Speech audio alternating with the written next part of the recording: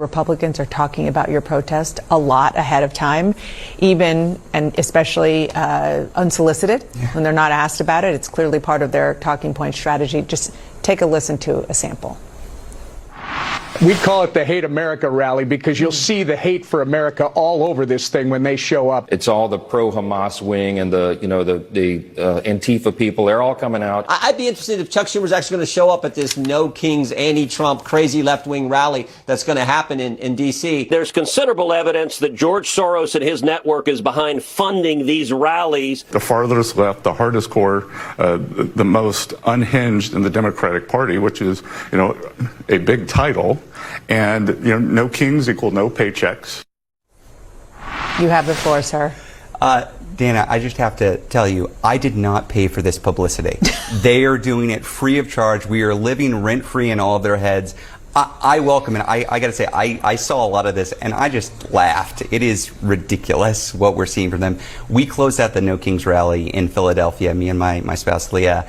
And how did we close it out? There were 100,000 people in the crowd waving American flags and reciting the Pledge of Allegiance. I think the question is there any truth to their claims about this? Obviously, these are peaceful protests at enormous historic scales. The question is, why now? Why are they coming at us now? And it's because they are worried that they are losing their grip on power. They are worried that other people in blue states, red states, and purple states, in rural communities, in Trump country, are going to see the public doesn't support this, and that makes them scared. I think it's stupid. I think what they're doing is backfiring. Our numbers are skyrocketing. We have more than 2,600 events. We have more RSVPs than we had in No Kings in June. This is going to be enormous. It's going to be joyful. It's going to be patriotic. It's going to be powerful.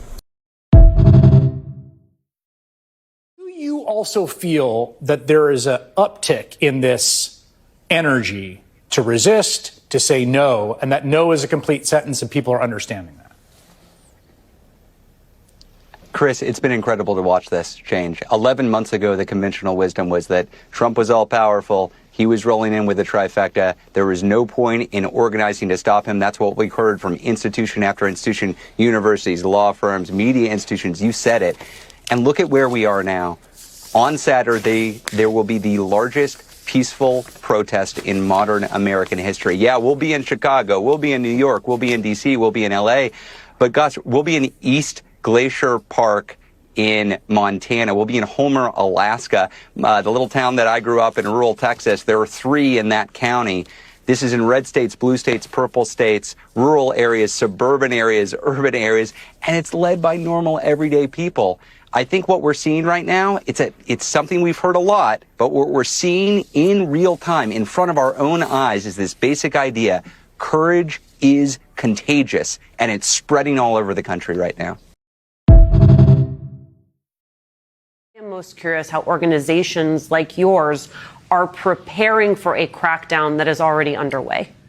Here's what I would say. The single worst thing we could do when somebody threatens our First Amendment rights to peacefully organize and protest is to back off. If you are unwilling to exercise your First Amendment rights when they're under attack, you don't have them. So we start there. Second, we have to respond a little bit with, this is freaking ridiculous. The Austin organizers of No Kings got the message from the governor, and what did they say? They said, I hope the National Guard in Texas enjoy our dancing and music. Because that's what we're going to see. We can't just let them take our power or our joy. These are joyful demonstrations of people power, and we've got to maintain that commitment that we set out from the beginning, regardless of how they try to smear us. And then beyond that, yeah, we do safety trainings. We have security plans. Every single one of the 2,600 events on the map right now has a safety lead and a safety plan. So we're taking it seriously, but also we're not backing down. We, the people, we have the power. And this Saturday, October 18th, we are taking to the streets to exercise our First Amendment rights of freedom of speech and peaceful protest at No Kings. We the people, we are not alone. Our movement is growing across our country. We have organized over 30,000 protests since January. And we united for the largest protest in United States history with Hands Off and No Kings.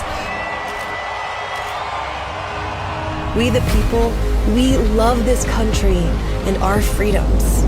True patriotism lives in our hearts for this land, for our families, friends, and neighbors. We the people, we are the majority. While we still have a long road ahead of us, together we will win. Join us at one of the over 2,000 No Kings protests this Saturday, October 18th. Find the protest near you at nokings.org.